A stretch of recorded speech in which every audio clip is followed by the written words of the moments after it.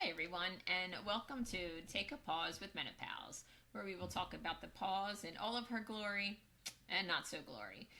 But the conversations will always be real, honest, and funny. We do try to bring the fun in because you gotta have fun when all of this is going on, right? I mean, what else can you do? So I'm happy to have Raquel, my partner in Menopause, here today.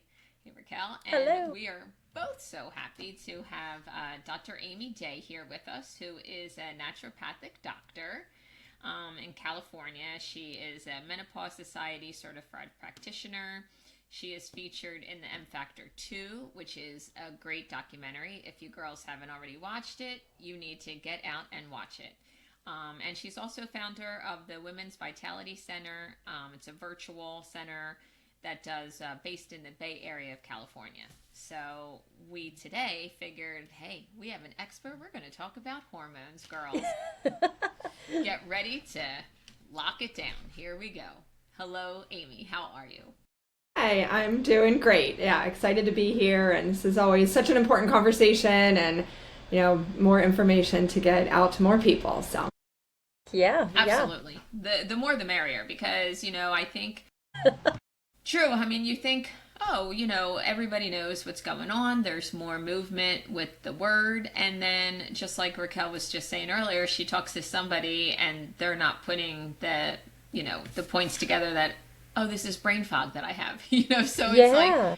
just when you think, oh, everybody does know, They've no. heard about menopause, or you think, but I think they're just hearing menopause, right? They're not Yeah. hearing the hormone aspect unless it's like a negative connotation, or they're hearing like, oh, it's just hot flashes. But there's so much more. So much more. But wait, there's more. and as much as menopause is gaining traction, one of the things I'm really appreciative about the M Factor 2, which is called Before the Pause, is the subtitle of that film, is the getting the conversation started sooner.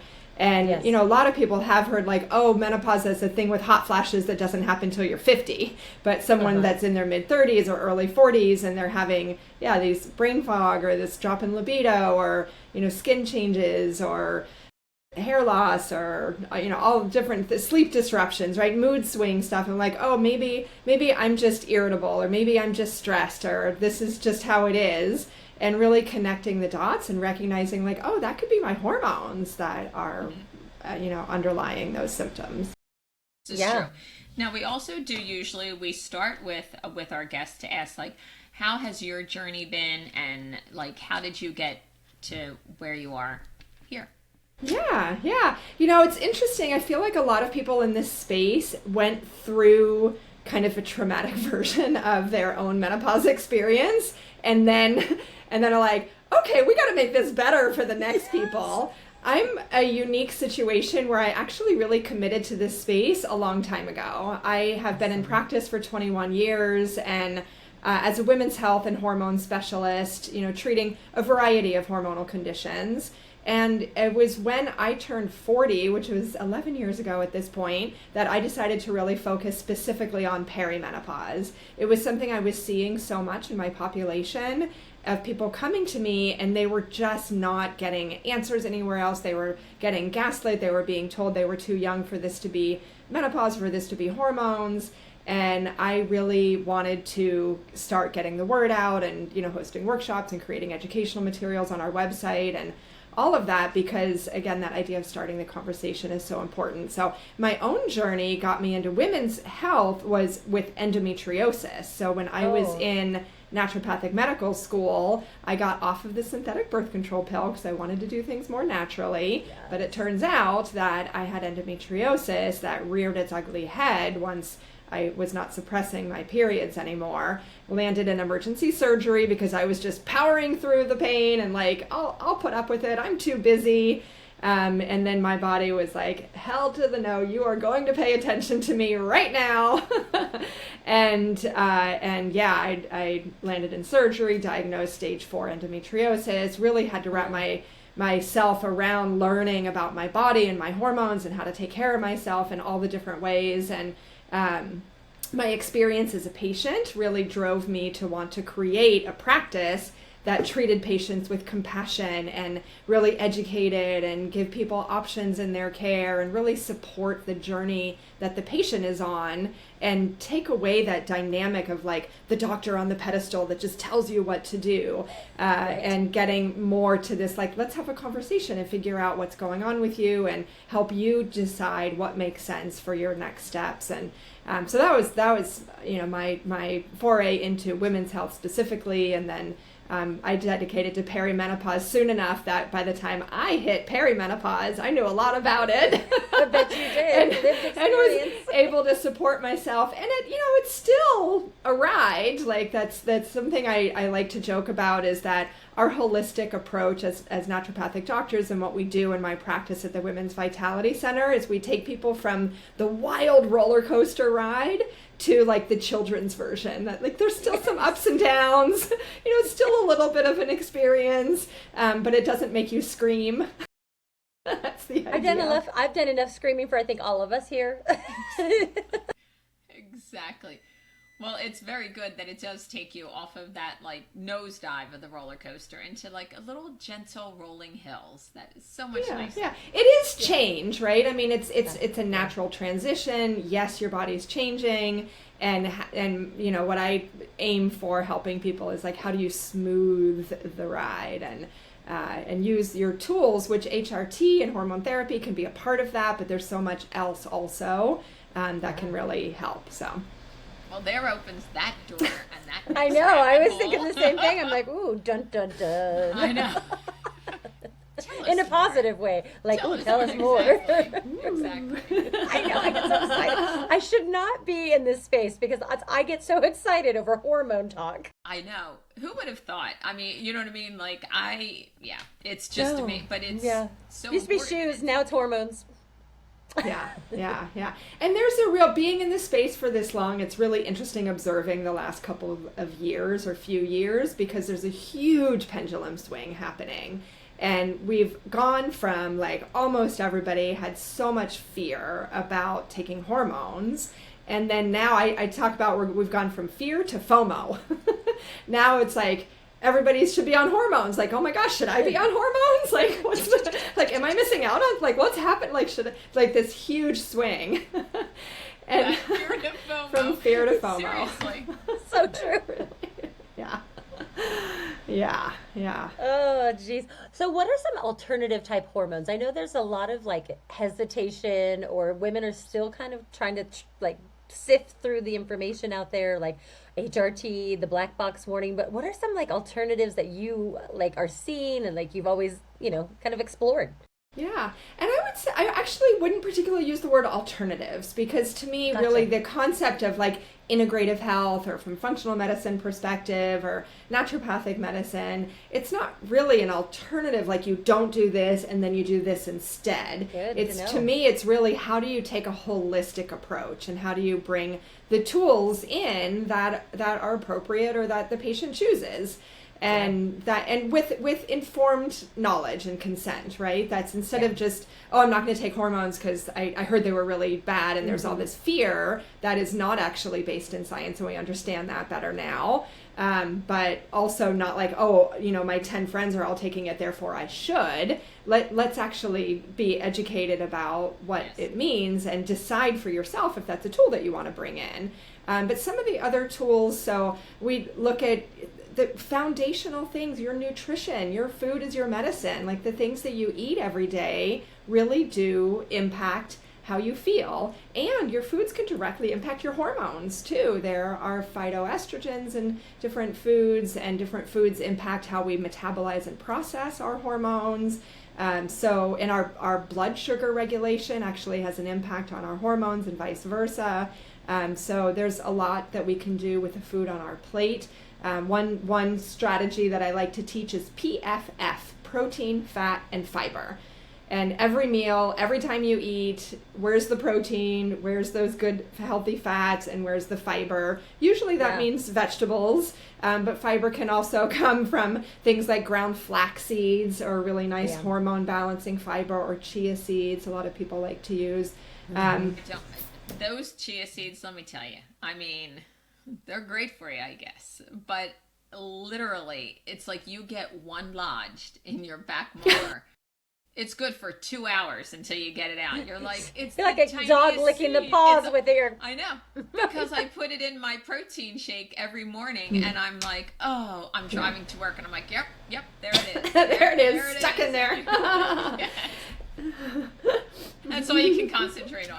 But that's also They gotta have the toothpicks handy at every workstation in your car and your little wallet, It's like the whatever. chapstick. They are important because I never even ate chia seeds or the flaxseed until now. And I'm a little leaning more towards a fan of flax seeds. So if you're looking for something that's not as inclined to get stuck in between your molars, raw ground flax seeds. Organic, preferably. Yeah.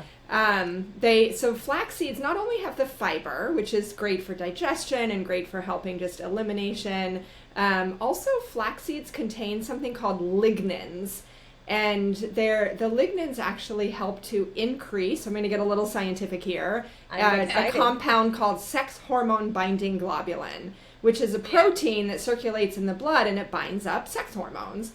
So it's something that you want to have enough of, but not too much of, as with so many things. It's like Goldilocks kind of balance to things. It's not just, you take a hormone, you got to like get that right dose, right? Or whatever. Mm-hmm. So flax seeds can really help with modulating, and they've been shown to reduce breast cancer risk. And of course they help with, colon health, and they help regulate sex hormone binding globulin when we're trying to work on hormone balance. So and interesting. It is. I know that. Yeah, if there's anyone listening who has PCOS, this is especially great because sex hormone binding globulin can bind up if you have excessively high levels of testosterone. The SHBG can help bind that up. So having like 2 tablespoons a day, in some cases even 4 tablespoons a day of flax seeds, it's a fair amount to get in. You can spread that through the day.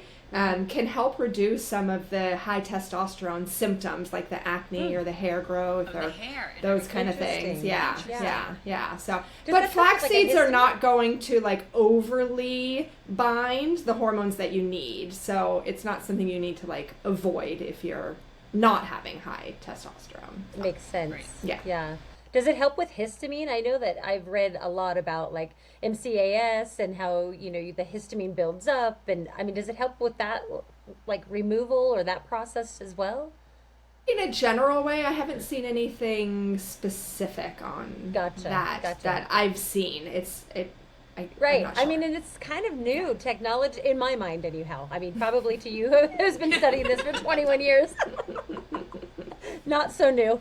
But yeah, I noticed I struggled with histamine, and I didn't realize it was a histamine intolerance until my provider was like, try this antihistamine. I'm like, I don't have allergies. I have anxiety.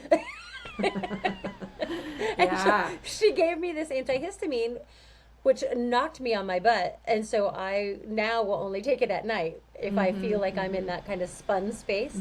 And that's what I need to learn, is how to really figure out how to dig into like histamine and those places. Yeah. There's an enzyme that helps to break down histamines too. So there are options. And then of course, just, being mindful of histamines in foods.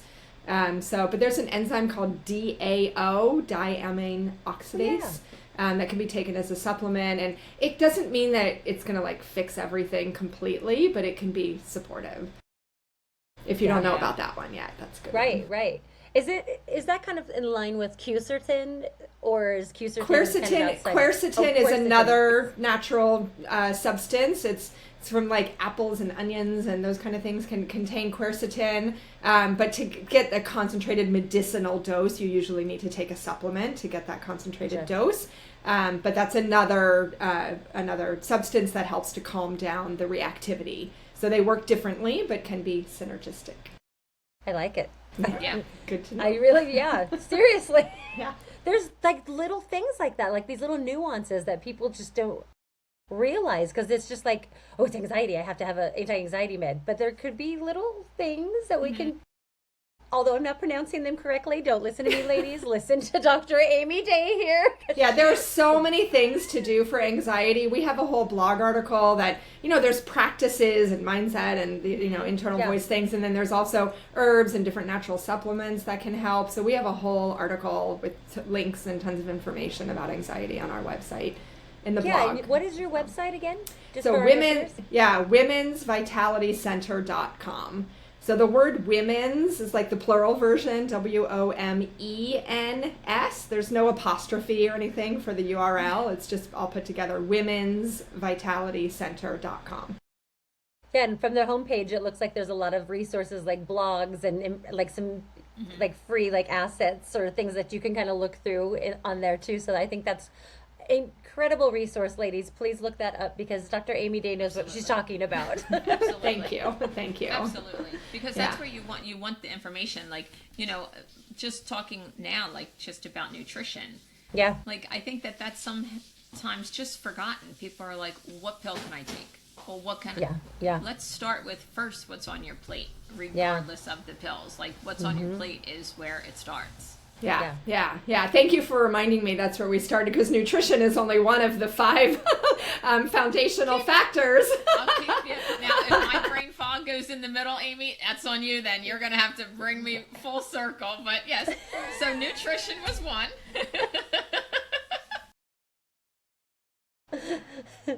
So fitness, of course, right? Like how we move. And this is another thing, like you can't supplement or patch or pill your way out of actually moving. As much as I want to. Yes, but I know, but when you actually do move, doesn't it feel good? Oh my gosh, it does. Yeah. I almost crave it sometimes if I forget to work out for a day or two. Forget. Did you see how I did that? But a day or two, I notice. Yeah. You just feel stiffer, like you just, and the mood and the brain stuff and all of that. So cramps, pains, aches, all that. You don't want to overdo it, right? This is not like, go. There's this whole concept of lift heavy that's out, pretty popularized right now, which is definitely a great thing for your bones and your muscles and all that. But you got to work up to it. You don't want to hurt yourself. Right. So, making sure your form is good and that you're, graduating when you're ready to. But movement of any kind is going to be beneficial, and figuring out what that next step is. And then when you're ready to up level, and add more weights or challenge yourself in stronger ways. But getting away from the like hour-long cardio sessions that is, what we kind of grew up with. I'm all for that. Speaking my language, Amy. We don't have time for that. So I do think that, again, the pendulum swinging towards so much strength training, we're losing out a little bit on the cardio fitness. That is important. You do get some cardio fitness when you're strength training, but doing some like intervals, like maybe even a 10 or 15 minute session of kind of pushing your heart rate in some intervals, can be really helpful piece to keep, and the strength training and the stretching. So important to do. Keep our mobility foam rolling, keep the tissues and the fascia healthy, and balance practice. Like that's so important. And strength training will do that too. But, as we get older, as long as you don't fall, you're less likely to break a bone too. So keeping yourself with all that core strength and proprioception and brain function for balance, your vestibular and vision systems. So those are all important too. Yeah, 1,000%. Yeah. What is number 3? Do you have number 3? Sure. So nutrition, fitness, sleep. Like sometimes I think we should start with sleep. You were talking. Sleep is my favorite. Yeah, maybe we should start there, but sleep and rest. But when all the things we never do for ourselves. Exactly. And I started, doing my own studies and, getting my research and whatever. It said sleep hygiene. And I was like, what is sleep hygiene? I never even heard of that. You have to brush your teeth of your sleep. Exactly. Maybe that's what I was like. You have to wash the face of your sleep. Exactly. I was like, oral hygiene, I've never heard. And then I took a deep dive into that. And now I use that term throughout. I was like, I'm working on my sleep hygiene. I cannot go later than a half an hour past my bedtime, which is 8:30, like a toddler. I'm not embarrassed by it. I love it. Like 8:30, Let's wrap it up. Wrap it up. We are done here. Yes. And I don't care where I could be at a wedding. I could be anywhere. I'm like, if we leave right Same. now, I'm still in bed By 8:45. 15 minutes is all you're getting from me. My sleep hygiene is intact. Yep. That's awesome. It's such a great gift to yourself, to your body, to your brain, to your hormones. I think when we have so much of the emphasis on HRT, for example, we forget the power of these things. Like getting adequate sleep is one of the most important things that you can do for your longevity, for your brain health, your cognitive health, your heart health, like so much repair, all the detox, this inflammation you were talking about, Raquel, like all your body's processing of everything and clearing out the junk and all the antioxidant function to support your cells. That all happens while you're sleeping. You gotta sleep. I will tell you, things changed a lot for me when I was able to start sleeping more regularly with my sleep hygiene practices. I mean, my husband was like, "What are you doing? You just woke up. Why are you standing outside with no shoes on?" I'm like, "I'm grounding and I'm getting my melatonin taken out by the sunshine, which is a more natural way to do it. I'm going to need you to leave me alone." Yeah. We need it dark at night, get off the screens, right? And then you need the bright light in the morning. And our melatonin is in relationship with our cortisol. So we have melatonin is dominant at nighttime. Our cortisol is dominant in the daytime, and you need to shift gears from day to night. And your cortisol is supposed to start high in the morning and then taper off through the day. That's your adrenals, which is a really important part of this whole story. It's one of my main messages through 21 years of practice is just really acknowledging the role that stress plays in all the things. Our symptoms, our health conditions, our risk factors, how we're feeling day to day, how our long-term health is, stress, and really getting a handle on that, managing it, getting the stress relief and the sleep that we need. So the fourth thing is stress management. So I just kind of jumped there without naming it. But yeah, those go hand in hand. So for the people out there that don't know what adrenals are, can you kind of break that down just a little bit? Yes. And this is something I love talking about and talk more about, and people can learn more on our website too. But the adrenals, so if you don't know where they are, they're these two little glands that sit on top of your kidneys. So your kidneys are in your low back and on either side, and then the adrenals are like little hats that sit on top of the kidneys. And if you have enough mobility in your shoulders, you can reach back there now and just kind of pat the middle of your back on either side, left and right. Doing that, just say thank you, adrenals. Thank you for everything that you do for me. I think when we're getting a back massage, like part of what feels so good is that the adrenals are like, yeah. They're stimulated and happy. Yeah. I like to do a hot and cold in the shower and like stimulate the adrenals a little too. But your adrenals are your main stress response system. So they produce actually a whole host of hormones and responses through the body. They're quite powerhouses. They, on top of the kidneys, they do regulate the kidneys too with electrolyte and fluid regulation. But they are most famous for producing cortisol, which is that get up and go hormone that helps you get going in the morning and your focus and energy. So if you're missing things like get up and go and focus and energy and motivation, that can actually be from low cortisol. And we're thinking when we talk about hormones and perimenopause and brain fog, and we're thinking of like estrogen and progesterone, but really often it's actually adrenal driven, a lot of the same kinds of symptoms. So the adrenals also impact your sleep, your anxiety, your that brain fog I already mentioned, your digestive system, your immune system are both also really impacted. So when you're in a stress state, your body's thinking about surviving the moment. And it's not working. Fight, flight, freeze, or fawn. But you're not processing your digestive system. You're not like having your immune system fight some infection that would be more of a problem in another week from now or something like that. Like it's like survival moment. So the adrenals. I could say 10,000 things about the adrenals, but there you go.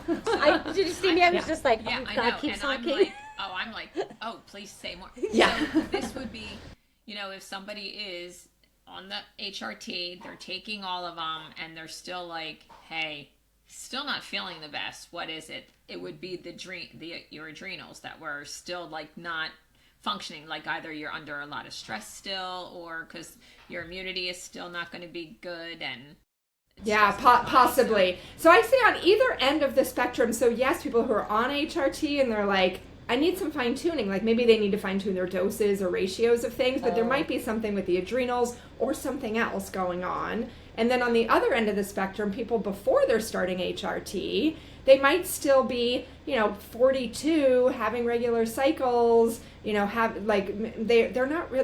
ovaries are still producing estrogen, maybe a little less progesterone, so maybe they could use some support with that. But if they're having all these symptoms, they don't necessarily need like an estrogen patch as the answer. It might be the adrenals, and it could be thyroid, it could be blood sugar regulation, it could be, nutrient deficiencies, it could be all sorts of different things. So as much of the awareness of all these symptoms and the idea that it could be hormones, balancing your hormones and addressing these symptoms is not as simple. Sometimes it's really helpful, but it's not always just, here, take hormones. It's looking at the bigger picture of what's going on. And I don't mean to make it complicated, just that making sure you know what you're addressing can help you be successful. Right, because instead of like, I think myself included, would be like, oh my gosh, the patch, I need a higher dose, or I need this instead of, you know what I mean? Because you look at this as... It's like the Holy Grail. It's like, that's the thing that's going to fix everything. Everything will be fine. But the patches are on, you're like, okay, wait. You're like covering yourself in patches, trying to feel better, like turning that dial. Magnesium cream, I'm just slathered it. I mean, my God, I've done it all. Same. I mean, there's the amount of magnesium cream and lavender oil that I place on myself, and I'm like, it should be illegal. This is gonna help. I'm like rubbing it on my chest. But it's good to know, though. You know what I mean? Like, so if you're not feeling well, there's probably a reason, or there is absolutely a reason, and it's a matter of doing the detective work to figure out what it is. So And now, I like your approach. Oh, I'm sorry. Go ahead. Are there foods or anything that help support adrenals, or any good question. Any there are so many that I can't even do it justice by like trying to give a little top 3 or something right here, but it's a big part of it has to do with regulating your rhythm. And so this is where I first introduced the idea of cortisol, talking about sleep at the nighttime, your cortisol for the daytime. It's the circadian rhythm, and when you're eating, and when you're sleeping, and when you're exercising, and how you're regulating. You want that get up and go energy in the morning, and then winding down and calming, the sleep hygiene stuff at night. But there's a lot of practices that help support that. Like some of you were talking about, get up and moving in the morning and get the sunshine in the morning and that kind of thing. Eating in a way that really balances your blood sugar, because if you're going, sugar crashing or going a long time without eating, the body just goes into stress. It's just like going to freak out. And then when you do eat, it's going to like hold on to all that energy, because it like doesn't know the difference between a stressful deadline at work and a famine. So your body's just like going to hold on, and nobody likes the extra, belly fat, middle, like who needs that? So, I sometimes hear the belly, the visceral fat, like complaint more than the hot flashes. And I'm like, well, they're hand in hand. Yeah, because the hot flash will go away in a couple of seconds, but that fat just hangs on. If only that would just go away in a couple of seconds. Literally. I mean, she holds on like a grudge I've never had. I mean, and I can hold a grudge. Me too. And that's why I'm saying, like, okay. All right. Yeah. And I just want to, as that comes up, I just want to make a point that our society really pushes women to be thin in order to be considered beautiful, in order to be valuable. We talk about health as if it's like this requirement to be thin. And it is, I am a advocate of health at every size. I really think that we have a lot of work to do to accept and appreciate our bodies. And in the menopausal transition, it's actually physiologically really healthy and normal to put on maybe 5, even up to 10 pounds for some people. No one likes to hear me say this. No one loves this answer, except if you're just like, oh, okay, I can be accepting of that. It's our fat cells actually produce estrogen. Fascinating. I think there's aromatase is an enzyme that's active in the fat cells, and it actually can produce estrogen for us, and it's a natural physiologic shift that's part of the menopause transition.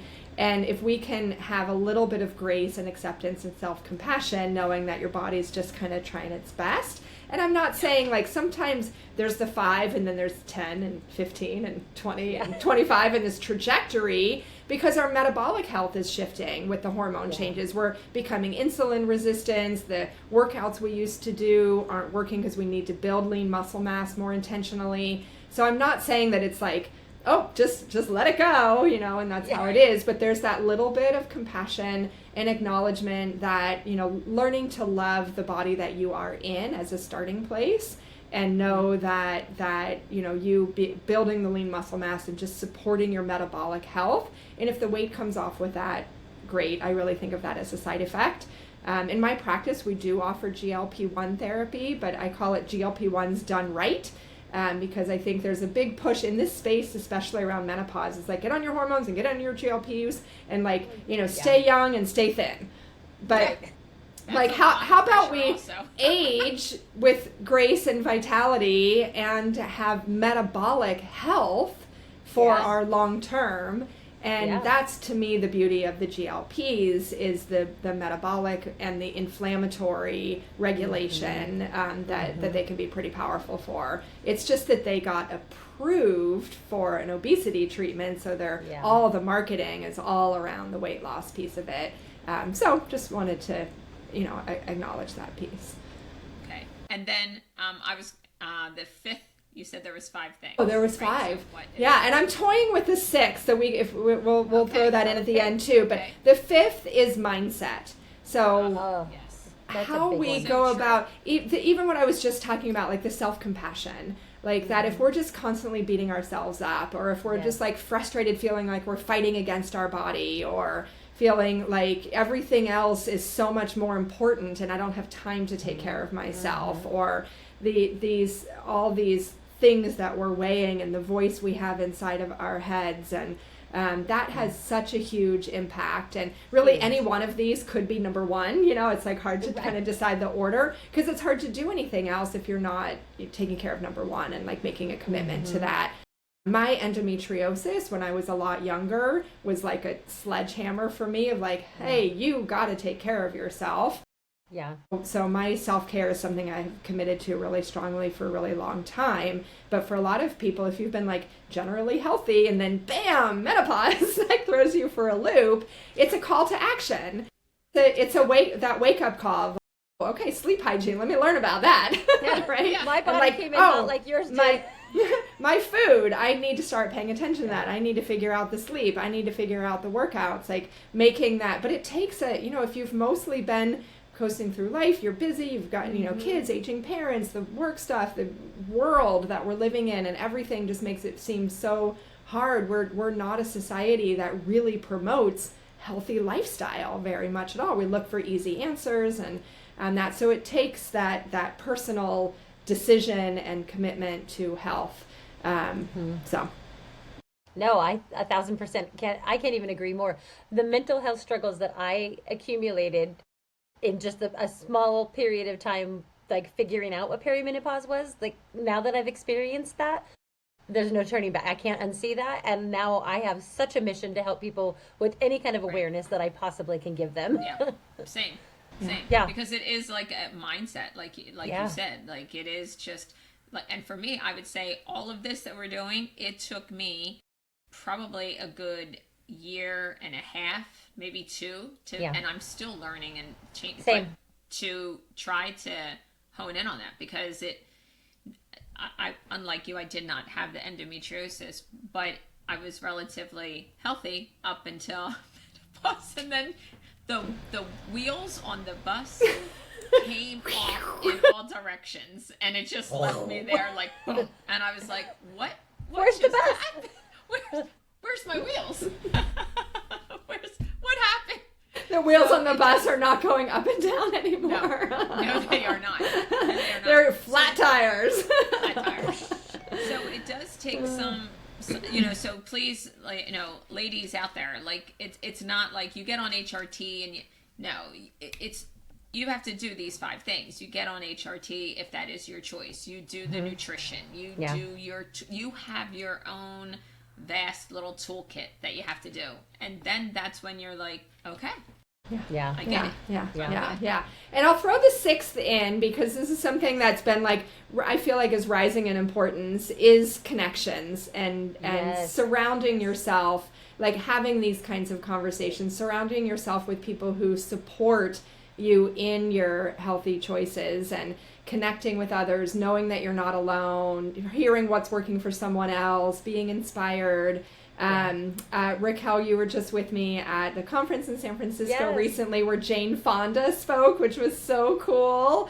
And one of the things, so inspiring. So inspiring. And one of her big tips, it's like such simple things, but it's so important, is having women friends.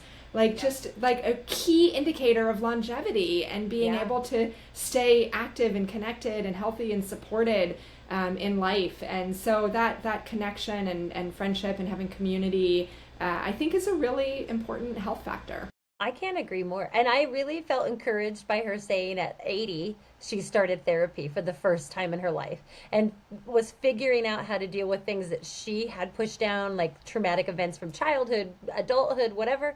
She was relearning how to have relationships with her children. And I was like, oh my gosh, that's just so encouraging to hear. She is amazing. I heard her with Lily Tomlin and them saying how they really do believe that their friendship is what helps keep them, that their connection.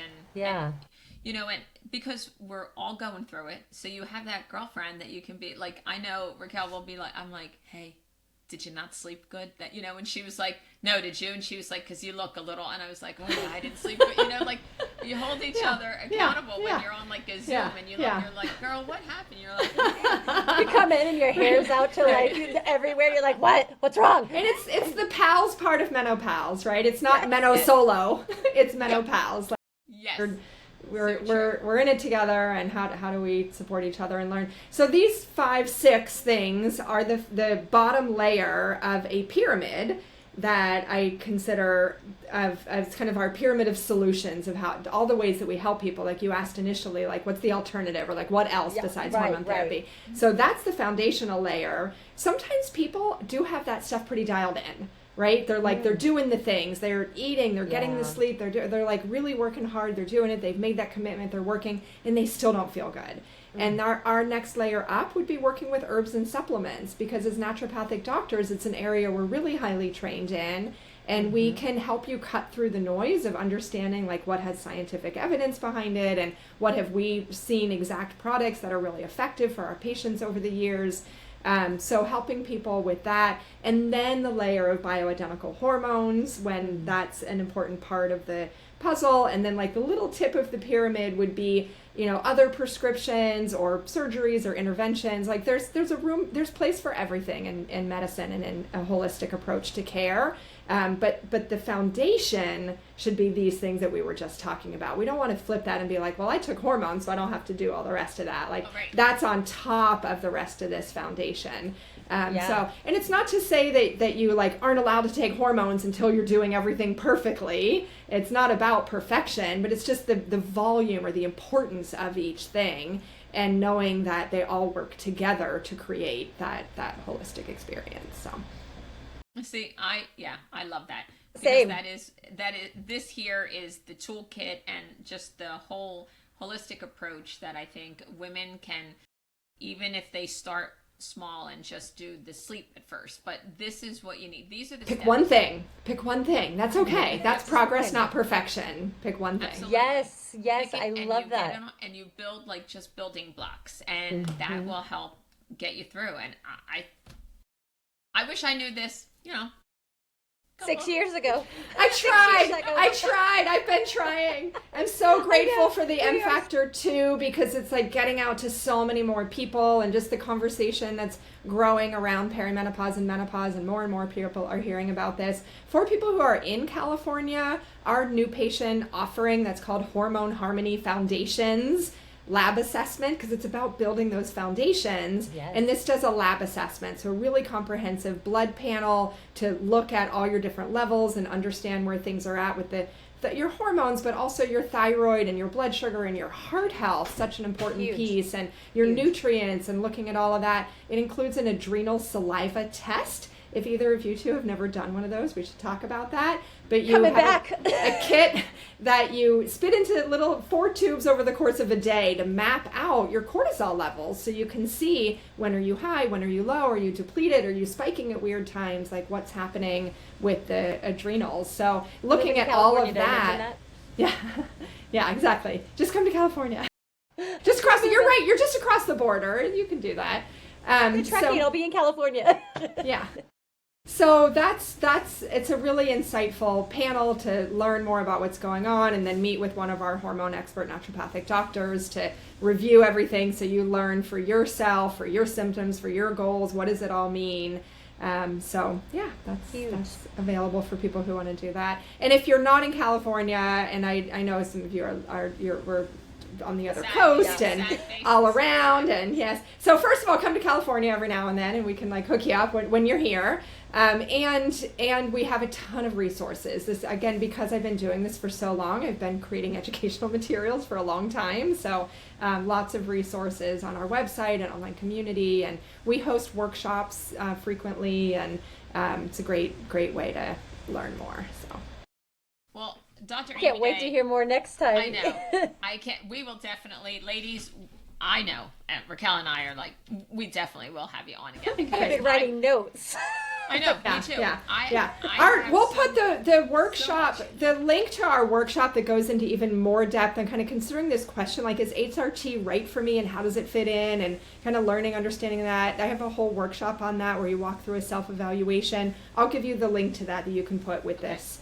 And I'll put that'd be great. the notes. Yeah. That would be perfect. Yeah. And I can't thank you enough. And I can't believe the time goes so quick as it does, but we will definitely have you on again. And I hope the ladies found this very informative. I know I have. And we just wanted to say thank you to you for coming on our show. And also thank you to, if you want to continue to follow us, we are on Spotify, Apple Podcast, and YouTube. And we like to thank our affiliates, which is Good Day Chocolate, Parlor Games, Pantry Products, Isogenics, and Small Picks. And they're also on this summary in the notes. And yeah, and we will put where you can find Dr. Amy Day. And I think it looks like I need frequent flyer miles now to go to California. I think There's a lot of beautiful things, and you can be anywhere in the state because we're virtual. So okay, that is perfect. Yeah. And as we always like to say, Raquel, we will see you next Tuesday. Next Tuesday. Bye.